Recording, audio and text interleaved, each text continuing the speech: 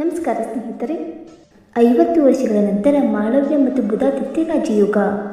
ಈ ರಾಶಿಯವರ ಜೀವನದ ದಿಕ್ಕೇ ಬದಲಾಗಲಿದೆ ಮತ್ತು ಅದೃಷ್ಟ ಕೈ ಹಿಡಿಯಲಿದೆ. ಹೌದು, ಜ್ಯೋತಿಷ್ಯದ ಪ್ರಕಾರ ಸೆಪ್ಟೆಂಬರ್ 2025 ತಿಂಗಳು ಕೆಲವು ರಾಶಿಗಳಿಗೆ ಬಹಳ ವಿಶೇಷವಾಗಿರುತ್ತದೆ. ಸುಮಾರು 50 ವರ್ಷಗಳ ನಂತರ ಅಪರೂಪದ ಯೋಗಗಳು ರೂಪುಗೊಳ್ಳುತ್ತಿವೆ. ಈ ಯೋಗಗಳು ಕೆಲವು ರಾಶಿಯ ಜನರ ಅದೃಷ್ಟವನ್ನು ಬೆಳಗಿಸಲಿವೆ. ಈ ಯೋಗಗಳಿಂದ ಯಾವ ರಾಶಿಗಳ ಅದೃಷ್ಟ ಬೆಳಗಲಿದೆ ಮತ್ತು ಯಾರಿಗೆ ಅದೃಷ್ಟದ ಬೆಂಬಲ ದೊರೆಯಲಿದೆ ಎಂದು ತಿಳಿಯೋಣ. ಮಾಳವ್ಯ ರಾಜಯೋಗ ಎಂದರೇನು? ಜ್ಯೋತಿಷ್ಯದಲ್ಲಿ 5 ಮಹಾಪುರುಷ ಯೋಗಗಳನ್ನು ಬಹಳ ಪವಿತ್ರವೆಂದು ಪರಿಗಣಿಸಲಾಗುತ್ತದೆ. ಇವುಗಳಲ್ಲಿ ಒಂದು ಮಾಳವ್ಯ ರಾಜಯೋಗ.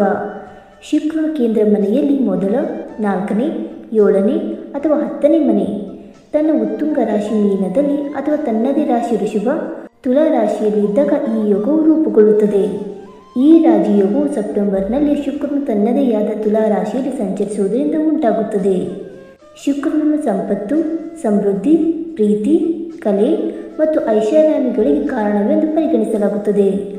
ಆದ್ದರಿಂದ ಈ ಯೋಗದ ಪ್ರಭಾವದಿಂದ ವ್ಯಕ್ತಿಯ ಜೀವನದಲ್ಲಿ ಭೌತಿಕ ಸೌಕರ್ಯಗಳು ಹೆಚ್ಚಾಗುತ್ತವೆ. ಅವರ ಆರ್ಥಿಕ ಪರಿಸ್ಥಿತಿಯು ಮತ್ತಷ್ಟು ಬಲಗೊಳ್ಳುತ್ತದೆ. ಬುಧಾದಿತ್ಯ ರಾಜಯೋಗ ಎಂದರೇನು? ಸೂರ್ಯ ಮತ್ತು ಬುಧ ಒಂದೇ ಮನೆಯಲ್ಲಿ ಒಟ್ಟಿಗೆ ಬಂದಾಗ ಬುಧಾದಿತ್ಯ ರಾಜಯೋಗ ಉಂಟಾಗುತ್ತದೆ. ಸೂರ್ಯನನ್ನು ಗ್ರಹಗಳ ರಾಜ ಮತ್ತು ಆತ್ಮದ ಕಾರಣ ಎಂದು ಪರಿಗಣಿಸಲಾಗುತ್ತದೆ.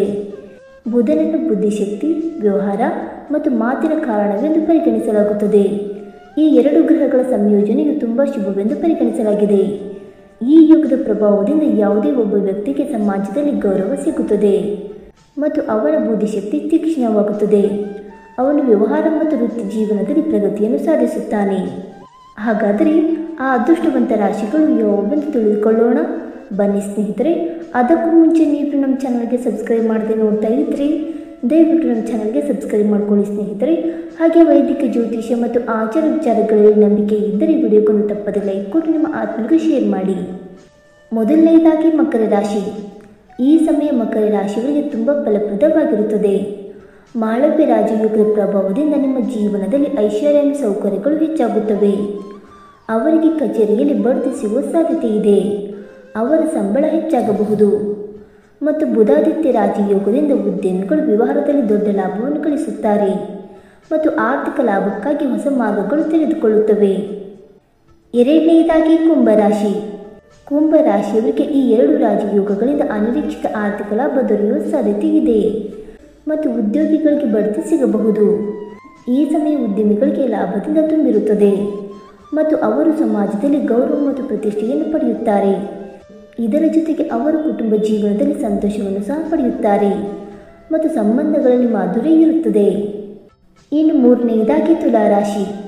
ಈ ಸಮಯವು ತುಲಾರಾಶಿಯವರಿಗೆ ವರದಾನವಾಗಿದೆ, ಏಕೆಂದರೆ ಶುಕ್ರನು ಈ ರಾಶಿಗೆ ಪ್ರವೇಶ ಮಾಡುತ್ತಿದ್ದಾನೆ. ಮಾಳವ್ಯ ರಾಜಯೋಗದಿಂದ ಅವರ ವ್ಯಕ್ತಿತ್ವ ಸುಧಾರಿಸುತ್ತದೆ, ಆತ್ಮವಿಶ್ವಾಸ ಹೆಚ್ಚಾಗುತ್ತದೆ.